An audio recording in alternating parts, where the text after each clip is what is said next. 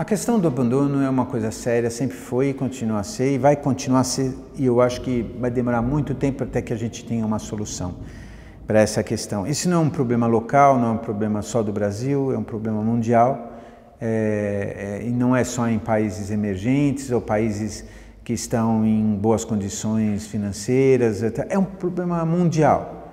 Você não tem como não ter problemas em relação a abandono. Todo mundo abandona animal, todo mundo tem problema com abandono, todo mundo tem que saber qual é o encaminhamento desse lado. Então você tem um grande número de pessoas que adotam sem pensar e depois acabam abandonando.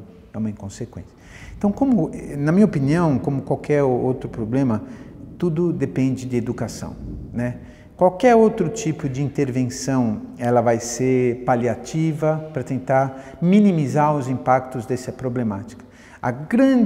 O grande trabalho que tem que ser feito é na área da educação, onde as pessoas cada vez mais ficam conscientizadas da problemática, da responsabilidade. Então, quanto mais você educar, melhor, né? Educação inclui também penalizar financeiramente as pessoas. Se você abandonar um animal na rua, você tem que ser penalizado. É tua responsabilidade, é um ser vivo.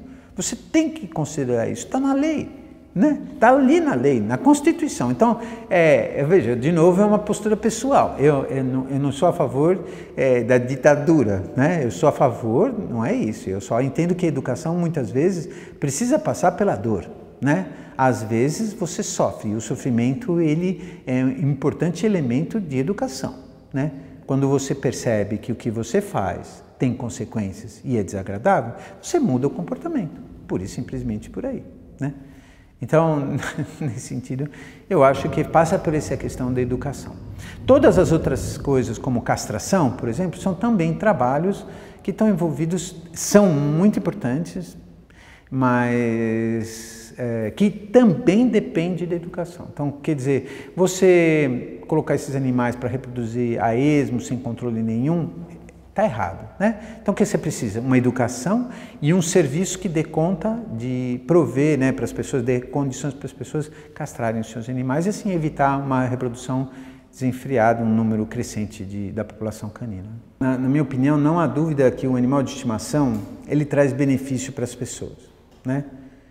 Desde que se considerem todos os elementos relativos à educação do animal, como enquadra, enfim, todas essas questões de como educar, como cuidar, como garantir bem-estar dele.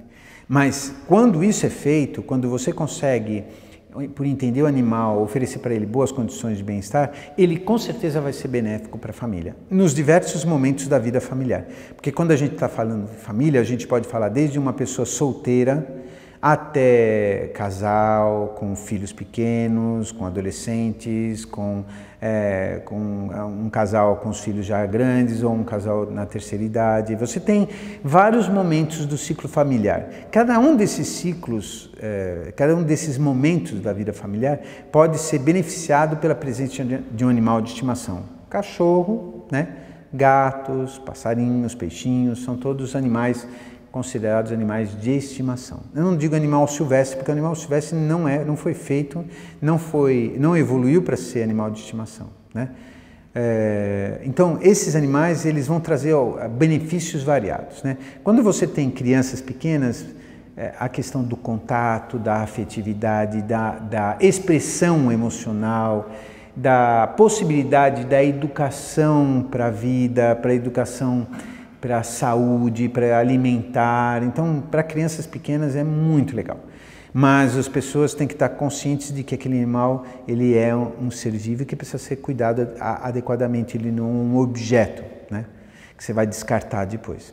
Na terceira idade, mudando radicalmente, então indo para a terceira idade, um animal de estimação é muito legal porque oferece para aquelas pessoas a possibilidade de voltar a cuidar, a se sentir integrado, a ter um papel, a se sentir útil e possibilita o exercício do cuidado, do contato, da afetividade, da inserção social. Então, é muito comum você ver, as pessoas às vezes estão passando de terceira idade, né? Estão passando com o cachorro na rua e elas são abordadas por pessoas mais jovens, porque, que bonitinho o seu cachorro, tal. Aí.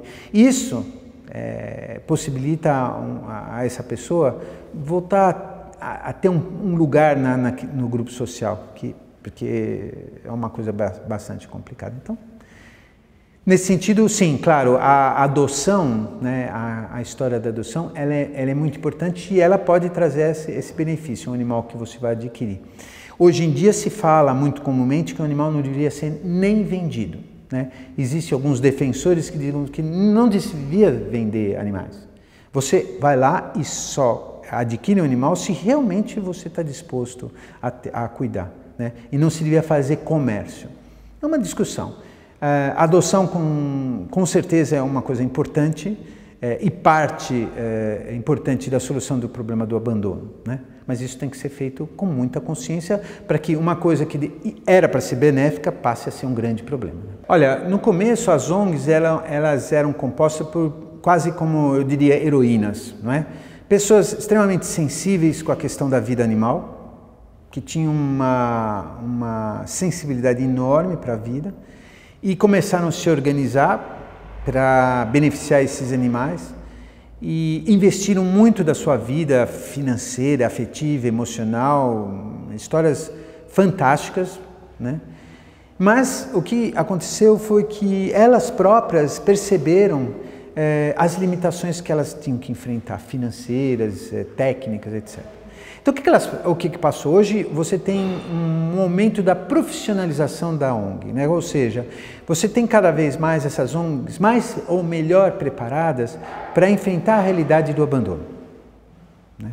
Então, você vê ONGs aí que continuam tendo as heroínas, os heróis que trabalham em prol dos animais, mas eles estão cada vez mais profissionais, o que seja, eles estão buscando primeiro, sabendo buscar profissionais da saúde, profissionais da educação, da publicidade, são pessoas melhor estruturadas para dar conta daquilo que elas precisam fazer, né?